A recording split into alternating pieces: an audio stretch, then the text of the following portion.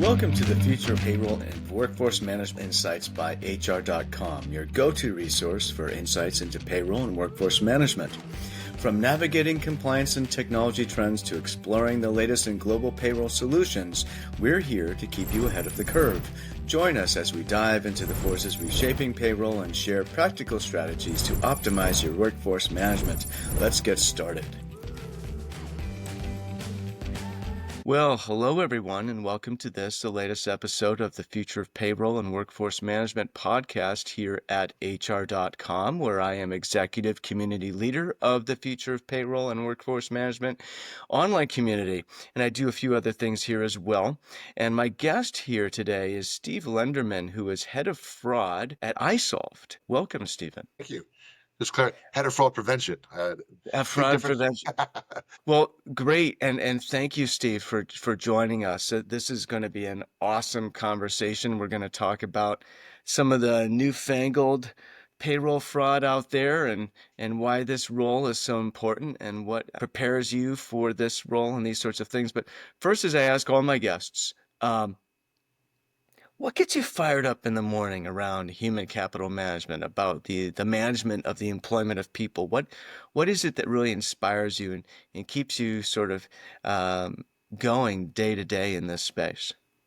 Well, the tie is obviously is into the victim perspective, right? So working in fraud prevention, it's one thing when your credit card is compromised, for example, and it's kind of a nuisance. You have to get your money back from the banks, et cetera, right? But this is payroll, right? And so when you don't get paid like on a Friday like today, that has a dramatic impact to people, right? It's paying their mortgages, paying cars. It's a consequential event, right? And so for me, it's really, really important that we look at this and take the importance to this where, it's not just the TV that's getting stolen or defrauded, right? This is a person and this is their life that gets impacted. And that takes time to fix all that, right? And so it's really, really important for me to obviously make sure that people get paid, that they don't get defrauded, the bad guys don't get their payroll, and that we continue to move on, right? It's super, super important because, Friday morning, the devastation of, oh my God, I didn't get my paycheck. What happened, right? That's a scary thought for a lot of people. Mm-hmm. Mm-hmm. Absolutely. Yeah, it really is providing that fundamental ground zero essential piece of going to work, which is getting paid. It's very, very important to protect that. Yeah.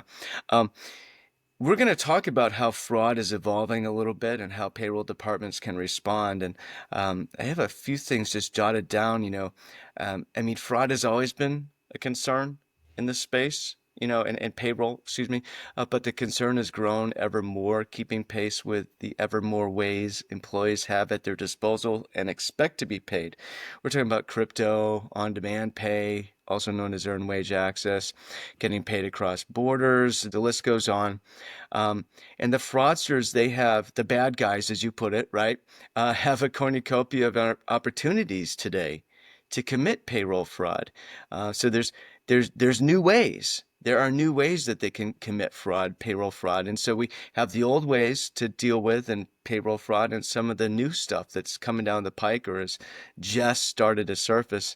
And lessons learned in FinTech can help inform payroll department success in preventing fraud. And so you have a background in FinTech, and this might be a nice segue. Why did isolved create your position? isolved, a vendor of technology for human capital management. And your background in FinTech, how does that kind of factor into things? Yeah, let me start off by isolved has always treated fraud prevention as the priority for its clients and its customers. So it wasn't like there wasn't a fraud prevention program before my arrival, right? There clearly was a really good program. Did a great job managing things. But the reason that isolved brought me on board was essentially to match their growth expectations, right? And so as isolved continues to get into more markets and more into the open market space, it becomes riskier, right? And when you get into open markets like a FinTech would do, right? You start moving into spaces you're typically not used to working into, you just increase your risk. And so it's very important for isolved and any organization, right? As you move into new market share, that you understand that risk and you prepare accordingly. If you go into these market shares unprepared, you will literally lose your assets, to put it nicely, right? And so they recognized that that was very important to be prepared, right? The ounce of prevention is worth a pound of pain, right? So that getting that squared away before they went into new markets was really, really important. And so that's why I came here, right? And that FinTech, is a very nimble organization in name. And so what we're doing at isolved very much resembles that of a FinTech environment from a banking perspective. Is becoming much more fluent with the customers, much more self-service, all right, and allowing the customer to do what they need to, when they need to, and how they want to do it, right? Versus the Mm. old-fashioned payroll was this is how you just do it, and it's the only way to do it, and that's when you're going to do it, and you have no choice in the matter, right? That is those days are long gone. So that fintech influence is certainly we're feeling that in the payroll space as well. Mm. Interesting. Interesting. Yeah. Yeah. So sort of expanding into new markets as a vendor, it's something that needs to be sort of more codified or given a little bit more structure, this sort of thing.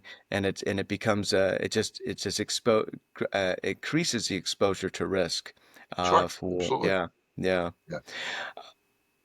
What are some of the traditional forms of payroll fraud? And what are some of the new forms? Yeah. So old school payroll fraud is, the best example out there is like ghost employees, right? Where you typically would have a payroll administrator who is under some kind of duress for whatever it might be, right? And they are going to do something they normally wouldn't do, which is commit fraud, right? And so for example, a ghost employee, the payroll administrator would add an individual to a payroll that isn't really an employee, direct those funds to an account that they control. They may also remove taxes, for example, or give pay raises to individuals. So you typically have this just traditional thing with payroll fraud is thought of as an internal perspective within the client, right? And so how the administrator or how the employee manipulates the payroll system for their personal gain, right? Mhm. But we've seen a pretty significant shift in the last 5 years. That fraud still occurs. Don't get me wrong, right? It's still a viable problem for the clients, but that shift in the last 5 years really has gone to manipulating the payroll systems and technology, where they are using that technology and their threat actor tactics to attack the payroll company itself as an iSolved, right? And so Mhm. one shift that iSolved has seen and other payroll companies out there that I've been with, what we call like new account fraud, right? Where a business comes to a payroll provider, the business itself is completely fictitious. There's nothing legitimate about it. It's incorporated in a state. It looks legitimate, et cetera. But the only intent there is for them to run like a first run of payroll to get X amount of dollars, and then they essentially disappear because they're just smoke and mirrors. So that loss is now back on the payroll provider necessarily, right? So it's very similar to like identity theft in the banking space. When an account is opened with false pretenses with the intent to commit the fraud, Mhm. and they take the money and run, right? So that's essentially what we've seen a pretty big increase there. And secondly, the biggest increase we're seeing, which the banking sector has seen for decades now, which is account takeover fraud, where Mhm. an individual, a fraudster, either goes after an employee's credentials as they log into their payroll service, right, and then tricks the employee or the admin to change the payroll deposit account, so they're diverting the payroll from their true account somewhere else, Mhm. or they are attacking the admin specifically, right? Which is even scarier because the admin has a one to many relationship, right? If I compromise just one employee, I'm only compromising the one to one. But if I Mhm. compromise an admin who has the rights and access to, let's say, 50 employees, right? That's a lot riskier for all of us, right? Because now they can change 50 different deposit accounts and move that money to accounts they control. So account takeovers, again, have become a significant problem in the payroll space for us, is managing those credentials for employees and admins, and keeping those safe and secure and monitoring that activity to make sure those funds are not moved to a different account. So on Friday morning when they go check their account, the money is actually there, as opposed to some other account that is they do not control. Always a good feeling versus very bad feeling. Yeah. We've Yeah. been both, but I think many of us have been in both positions. Um, It's interesting, some of those examples you shared, my mind is spinning. I don't think I'd be a very effective bad guy.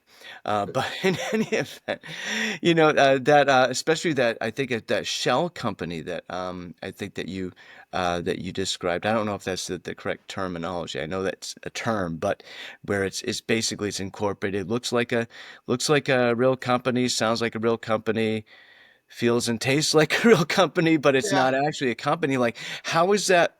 How is that how does the provider of payroll technology, like the payroll vendor, the payroll technology provider, how does that vendor sort of what's the possible negative effect for the payroll vendor? Because it's the company that's the customer company that needs to pay its own employees. Like, how does that work? Like, what's the risk for the vendor in this, in that? If could you just dive a little bit more into that, just Yeah, so I yeah, can yeah. So understand? I want to first backtrack a little bit, and I think it's important for the payroll provider to understand. You said like the fraud, right? You might not a really good bad guy because you don't have the fraudulent bones in your body.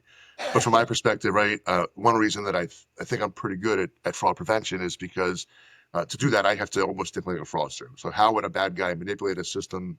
What would you do to commit the fraud? So that is an inherent advantage that I don't know where I learned that from, et cetera, but I'll take what I can take, right? Yeah. Second thing that you talked about around that, going back to that kind of the idea of of shell company, is that people providers need to understand the different threat vectors that come in. So it's really, really important in that example. So there are shell companies, there are shelf companies, and then there are what I call synthetic entities. So the Okay. shell company is typically what you just kind of said there. And the misconception around a shell company is that it is essentially fraud. It is technically not. A shell company is a legal entity, right? Typically, shell companies are used for tax aversion, tax evasion, right, and our good old fashioned money laundering from our friends in Mexico, right? Hmm. The shelf company is can be manipulated as well to make the company look older, which would then qualify them for maybe a higher credit limit in a payroll space or lending or something of that nature, right? What we're seeing now in the payroll space is this concept of a synthetic entity, where this is the business that is being essentially created to commit the fraud, not just to move the funds through, right? So there's a significant difference there when you look at those two because they're where they're created, how they're created, and how easily they're spun up is kind of the scary part, right? So I live in Delaware, the incorporation capital of the world, essentially, right? And to create a legitimate business, right, is 10, 15 minutes at the most, $50, and I'm up and running Secretary of State. I can get my EIN number, and I'm ready to go, right? The Mm. difference there is what do I intend to do with that company, right? Do I intend to use it to open payroll accounts and run fictitious payrolls? Do I intend to use it to get business loans? Do I intend to use it to get bank accounts, right? That's the most difficult part for anybody to determine because technology isn't going to really do that for you, right? Mm. You have to look at the bigger picture, and that's what technology really helps us is understanding the data set around those organizations, the creation, and looking at it from multiple different layers of data, not just the first level, looking second, third, fourth. What are those connections and relationships with the registered agent, with the owner, with the employees, like that kind of things. Because every business and all of us as individuals, we have relationships with things, right? Mm. When you're up to kind of fraud, you tend not to have those relationships. They tend to not always be visible or viable. So that's one thing I would say that to take away is understand what the fraud looks like, the differences, and then look for those relationships or lack of relationships that will help you understand what you have on your hands. Fascinating. Any, not to linger on this question too long, but I just have another sort of offshoot here. Any fraud, new forms of fraud, or when we're talking about the new ways that employees are increasingly getting paid, like different currencies, like or new currencies, new concepts of currency, like crypto, or getting paid across borders with work from anywhere and these kinds of things. Is there any fraud sort of emerging around that as well? So the fraud itself, the channels have remained relatively steady the last 50 years, right? It's the speed of the money movement that has changed dramatically, which has impacted how we deal with fraud, right? We'll date ourselves, right? When we actually got a paper paycheck, right? And you went to the bank and you cashed it, right? So all those things took place. The speed of that money movement was pretty slow, and payrolls, companies, and banks had some time to, react accordingly, right? Uh-huh. Today's environment, right, with ACH transfers now being done within the hour, wires going obviously much faster as well, higher limits, et cetera. We have real-time payments, faster payments, all taking place. Business limits being dramatically increased, right? These are all things that are essentially fueling fraud from a much faster perspective and a higher volume perspective. We're seeing a lot of our account takeover uh, situations where they're changing the deposit account from a traditional brick and mortar bank, to a fintechy type account, right? And the reason they're doing that, one, it's traditionally easier to open an account at a fintech versus it is at a brick and mortar bank. Uh-huh. Two, these fintechy banks give multiple options to that account holder to move the money, as you mentioned, right? So there are several that will let you buy crypto. There are several that let you move money with payday loans, for example. There are things that you can do early wage access, for example, right? You can get the money out of an account faster, and you can get it across borders much, much quicker through these fintech channels that are out there, right? Uh-huh. Your traditional brick and mortar banks, aren't going to allow you to buy and sell crypto in your account, right? And it's instantaneous. Don't get me wrong, right? Not going to allow you to move money cross border without some controls in play, right? Um, so the fintechs, unfortunately, become a target of the bad guys to move their money. And the fintechs, that's not what their design. Their design is to make it easier for all our customers, right, to have access to our money and do what we want to with it, right? Unfortunately, Mm. the bad guys always take what's good for the consumer and turn it into good for them and then bad for us. So Yeah. yeah, it's just got faster for sure, right? It's that bad apple concept. Yeah. So what I'm hearing is sort of an overarching theme here is that the speed of the transfer of money, the delivery of money to the employee, um, is a factor that's making it increasingly difficult to track, to catch the fraud and track it. And Yeah. is what Yeah. I'm I mean, hearing. we can Yeah. catch it. The problem is that by the time we catch it, the money's already moved and moved two or three times, right? So then it Yeah. becomes trying to track down where it goes. And if it goes in the crypto world, little hit, yes, we can track crypto, right? That is people, the myth is that, oh, it's crypto, you can't trace it. No, we absolutely can, right? Uh, But it just gets more difficult as it goes from one hop to the next, to the next, to the next. Even if I find it in a wallet in Thailand, for example, how do I get it back, right? I'm 5,000 miles away or 20,000 miles away. Like, how do I get that back? And because it's moved from one spot to the next, to traditional reversals and withdrawals, it doesn't work, right? It doesn't work. So the bad guys know that. They know how to layer it, which is money laundering, right? They know the tricks about taking a dollar out of an account prevents an ACH reversal. They know as much about how to move money as the banks or payroll companies do. Sometimes they know more. I just learned something. Taking a dollar out impedes an ACH reversal. That's interesting. We talked about payroll departments. That it's really important for them to start thinking of themselves and conducting themselves as banks. Um, why is that, and what are some of the ways for them to actually do so? Yeah. Yeah, so when I'm doing my speaking and presentations, and I've been privileged to be able to work in several different industries, right? Traditional banking, fintechs, insurance, um, yeah, payroll, obviously, lending, business, and so one of the things I've seen across all these industries is we're all banks, right? And so, for example, I was at an insurance conference a few months ago, and I tried to explain to them that they're a bank, and they're like, no, we're an insurance company, we sell an insurance policy. And my statement is always this to them: do you receive deposits, i.e. payments? Yes. Do you send out payments? Yes. Do you store money or hold money in accounts? Yes. You're a bank. And then they have the aha moment, like, oh, we are a bank. So the point what I'm trying to make here is that the banking industry has these anti-fraud playbooks written. They've been doing this for decades and decades and decades, and the technology is kind of already there as well. And so it's important for insurance, healthcare, payroll to lessons learned. Take these best practices that are already out there, right? And use them in your space, right? The account takeover, which I mentioned earlier, right, is directly from the banking space. The playbook is exactly the same, where a compromised credential takes place of an employee or an EE, right, which is just a client at another bank, right? They make a change and then take the money. Like it's the exact same channel, just being perpetrated in a different industry, right? Same thing with new accounts that I mentioned earlier, setting up a brand new account with a fictitious client, fictitious owner, etc. That's straight out good old fashioned identity theft, right? Or synthetic Right. identity, synthetic entity. So once the payroll space understands that they are essentially a bank, you're moving money, you can start to leverage those tools and technologies that are already there from the banking perspective, right? There's no need for us to reinvent the wheel. It's there for us. We just have to go get it and learn how to drive it.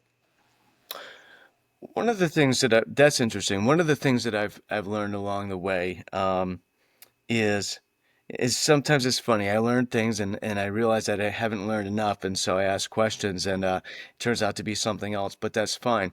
Um, I know in the fintech space, there's a lot of agentic AI that's taken over in terms of detecting fraud because of the speed of it and all of that. Um, and at fintech banks, if you will, right? Um, and do you see that? Is that already happening in the payroll space too? Do you think there must be a role for agentic AI in fraud detection and prevention when it comes to payroll?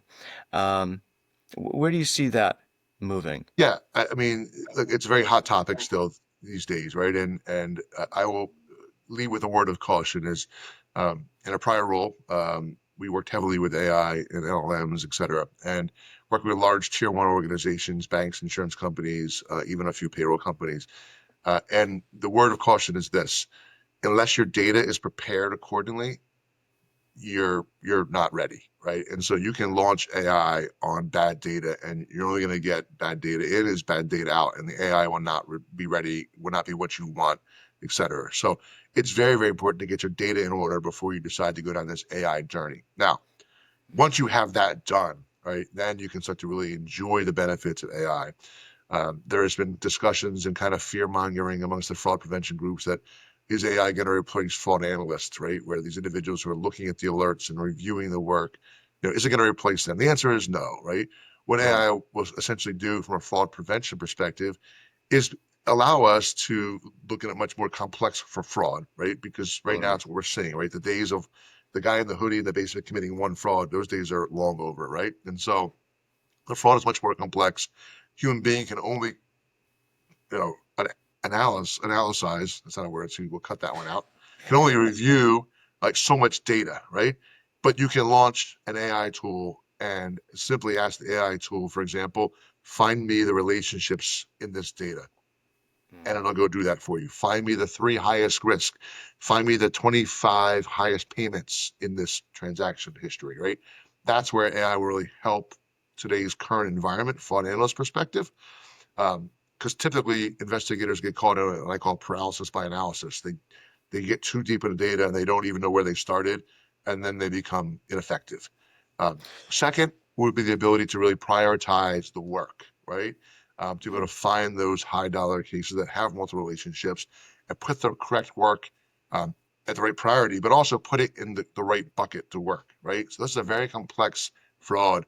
I don't want that fraud going to an untenured 6 month on the job fraud analyst, right? I want that one going to my 6 year, tenured senior analyst who knows the business inside and out. That's where I Right. want it to go, right? So it will be really, really helpful in the fraud prevention space when we have AI where it needs to get to. There are lots of things we can do with it, creating reports, creating PowerPoint decks for leadership, helping with writing summaries and narratives. But the concept of AI going in and being able to find all this fraud and just solve the problem for us, that's still a little whiles away. Yeah. Not 10 years away. I would say next 3 to 5, because the way the AI is progressing through here, Yeah. it's pretty quick, right? Think where we were a year ago with just ChatGPT, where we're at now. It's completely different. Plus the quantum computing breakthrough by Microsoft, but that's a tangent. That was wild news, wasn't it? Yeah. Yeah. So how does a focus on preventing fraud then? This must help a payroll team present itself as strategic to the organization, which is something that we talk about a lot these days, right? Yeah, and it's a tool that you have to have in your toolbox for sure, right? If you're not thinking about, unfortunately, a lot of organizations or fraud programs are so focused on what's happening today because that's how fraud typically works. Like, oh, we have a fraud, let's go solve that fraud problem. And all you're ever doing is taking one step at a time, right? You're not looking future state. And so I would challenge anybody building out an enterprise fraud management program, like I'm doing here at isolved, right?